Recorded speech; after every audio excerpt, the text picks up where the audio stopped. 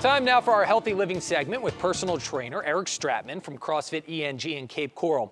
This morning, he's getting us more on the first steps you should take to start your exercise. And I just want to put it out there, Eric, I'm assuming the first step is not order Girl Scout cookies, eat some, and then maybe start your workout. Yeah, definitely. The Girl Scout cookies are a good step because that's letting us know that, we're going to stay gainfully employed because the Girl Scouts of America are helping all of us in the fitness industry be able to stay in business and, have a better 2021 than 2020 because, we're out there, everybody's going to jump into those thin mints and tag alongs. And not that I ever partake in them, but you definitely got to indulge sometimes in the Girl Scout cookies, right? What are your guys' favorite flavors? Well, they're called Thin Mints for a reason. I'll just put it out there. And then also, of course, the Samoas with the coconut. But this morning we're talking about kickstarting your exercise, especially for people maybe that are just getting back into it. I would assume, I know we've talked about it in the past, you got to ease your way into some of the workouts. And I know you have some examples. Yeah, absolutely. And we talked about, staying, consistently average last week. And this was one of the things going on is people will come into workouts and, we have Anthony with us here and he's going to, he's going to demo a couple things that people have that perception like, hey, we're going to do push-ups. He's going to knock out 5 push-ups and he's going to do it pretty easily. So you're going to see that this is something that, most people are like, oh, hey, push-ups. And he's going to hop right up and he's going to get up on our bar here. And he's going to do a couple pull-ups. So you're seeing, Anthony here, and he's actually a great story of people that have, come a long way. Believe it or not, this guy used to weigh 300 pounds. I have to get you his before and after. The guy's got a great story. So he's going to come down now. In place of pull-ups, we've got ring rows, right? This is something that is a very simple pulling exercise to do that you would not think, okay, well, if I can't do a pull-up, then I shouldn't even do the workouts, right? I shouldn't even try something that's on there. Same thing with the push-ups. Thanks, Anthony. You can come over here. We're going to switch over here, and you're going to see he's going to do push-ups on the box, which is a much easier version because we're able to take a lot of our body weight away from it. And I think these are those first steps people need to take in order to do it. Thank you, sir. Man, Anthony's a great guy helping us out here. And when we look at those first steps, those are some very minor modifications, but it's the same thing like, oh, I want to run a 5K. Well, let's start out with a 10-minute walk a day, not let's go run a 5K. I didn't do really well at it. I was really sore from it. Let me not continue doing it. Let me make sure that you're putting yourself in a position that you could be successful because you're taking those first steps that are going to be successful and you're going to build one step a day. And that's what we call it, that first step.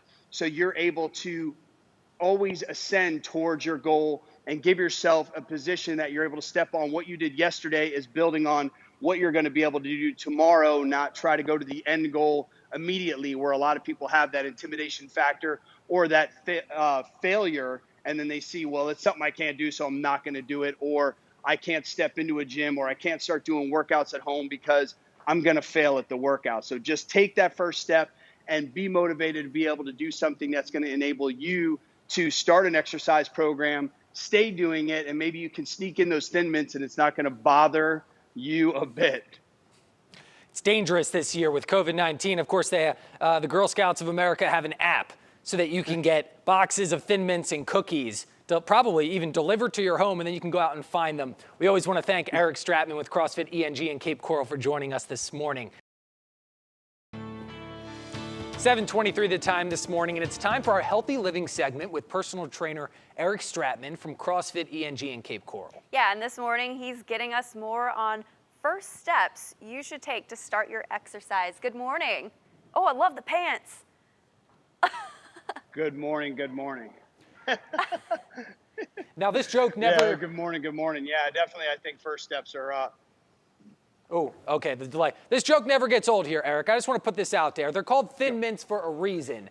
It is Girl Scout cookie season, but that doesn't mean that, you can eat a box of Girl Scout cookies and not get back into the gym. And it's important, I know you're going to show us some exercises, some simple things people can do either in the gym or possibly even at home. Yeah, absolutely. You know, we got Anthony joining us today, and we're going to go through some things. And we talk about first steps because too often everybody approaches their exercise and they see what other people are doing, and whether it is, you know, they look at a CrossFit gym or they see people doing things online or the at-home videos, and they're like, "That's way too intense. That's something I can't do, so I'm not going to do it at all." And we talk about taking that first step of modification. So Ant's going to start out with squatting. So a lot of people think, okay, I've got to have some kind of external weighted load, and he's going to start squatting, and they're like, okay, yeah, this is definitely going to burn calories, definitely going to build muscle and help with what we're trying to accomplish. But really, we want to see that, are we going to go unloaded? You know, we have an air squat, and then you can go, yeah, go ahead. So you have just air squatting, and then he's going to back up to the box. And then this is a benefit to see he's just doing squats to a box. Like, this is where we can start. This is a first step that all of us can feel comfortable that we're not going to fall over, that we can get a good range of motion and do something that we do every day. We sit down, we stand up. So this is important to understand that this is a first step. And then one of my all-time favorites, and I'm going to give you the calculation. You have to guess how many burpees it takes to burn one Thin Mint cookie. But burpees, right? So he's going to do a couple of burpees, and he is, you know, this is one of those exercises that we know burns a lot of calories. You can do it anywhere, but people look at these burpees and they say, well, man, that's something I can't do. We'll start off our athletes coming over to a box, and then they're able to do a burpee. They're just stepping out. They're doing it with a push-up and then standing up and jumping, or without the push-up, because it's just where they're at in their fitness journey. This is one of those things that is going to give you that opportunity to have those first steps. Great job, Ant. We could just make him do burpees. I think he burned off a half a Thin Mint during that entire segment.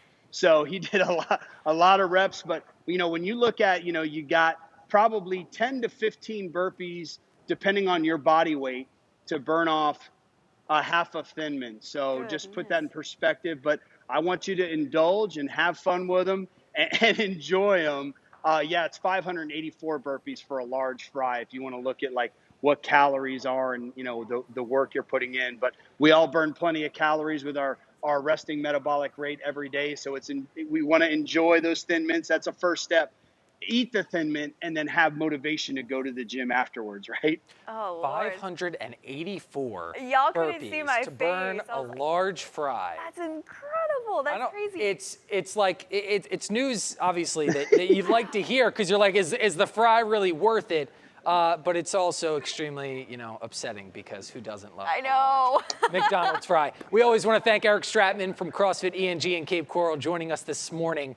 584 burpees for a large fry. Calories don't count unless you count them, though. Okay, well, I'm counting them, because I every know, time I I am eat too. fries That's a lot. I'm thinking of nearly 600 burpees. Thank you so much, Eric.